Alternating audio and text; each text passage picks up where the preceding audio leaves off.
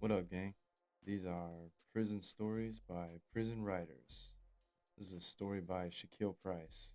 The pressure mounts as I impatiently dwell in my cell, contemplating my fate. Will my life sentence be vacated and modified, or will the sentence stand as is? My life now rests in the hands of the New Jersey Appellate Court judges.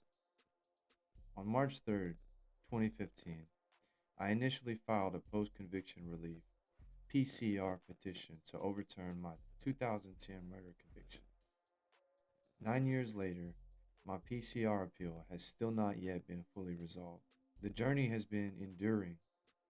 On June 22nd, 2017, after hearing oral arguments, the judge said I had no merit and refused to grant me any relief. I was devastated. My attorney and I had worked diligently to present a compelling argument supported by tangible evidence and established case law. On the contrary, the Appellate Division reversed the denial of my petition and remanded my case for any evidentiary hearing on March 4th, 2019. I and my family were ecstatic. It was the first time the courts had ruled in my favor. After conducting the evidentiary hearing, the judge issued an opinion again denying granting my post-conviction appeal on November 10th, 2022. This decision sent me into yet another state of depression. My family was present at the hearing and was under the impression that my sentence would be modified. As laymen, they recognized that my legal arguments were legitimate. The disappointment in my children's faces crushed me. I was legally, spiritually defeated. It was a matter of life or death. Failing to prevail on this appeal means I could potentially spend the rest of my life in prison. Following that ruling, my lawyer submitted an appeal brief on June 23rd, 2023, challenging the denial of my PCR appeal. For over a year now, I have been eagerly awaiting that decision. With each passing day, the anticipation becomes more agonizing. As I draft this article, it is a challenge to remain focused. The appeals process is a perpetual emotional roller coaster. I continually experience waves of panic and depression. With each new ruling from the courts, my spirit is dealt a blow that leaves a permanent scar.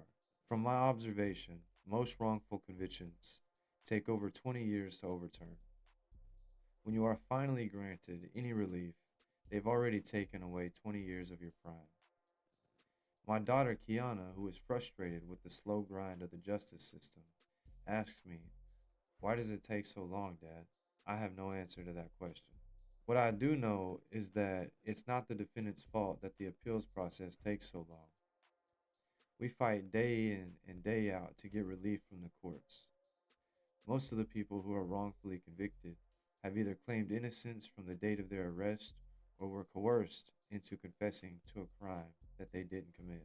Researching the law is a painstaking task. It requires defendants to learn a whole new language. The legal jargon is rooted in Latin. Plain English terms like due process have alternate technical meanings that pertain to something totally different in the court of law. Defendants without a high school education are obligated to learn and prepare legal documents with the skill level of a bar member with 8 years of college education. The pressure is overwhelming. Working on your own case is extremely emotionally taxing. It is beyond hope shattering to repeatedly read about similarly situated individuals who were granted relief while you've been denied by a court telling you that your issues have no merit. Also, reliving the trauma of your trial every time you reread the transcripts is brutal, but it has to be done. Failure to do so may result in you spending the rest of your life in prison. Any day now, a corrections officer will call my name for legal mail and I will be informed of the Appellate Division's decision. I have served approximately 20 years of my life sentence, so perhaps one day soon, I too will have my conviction overturned.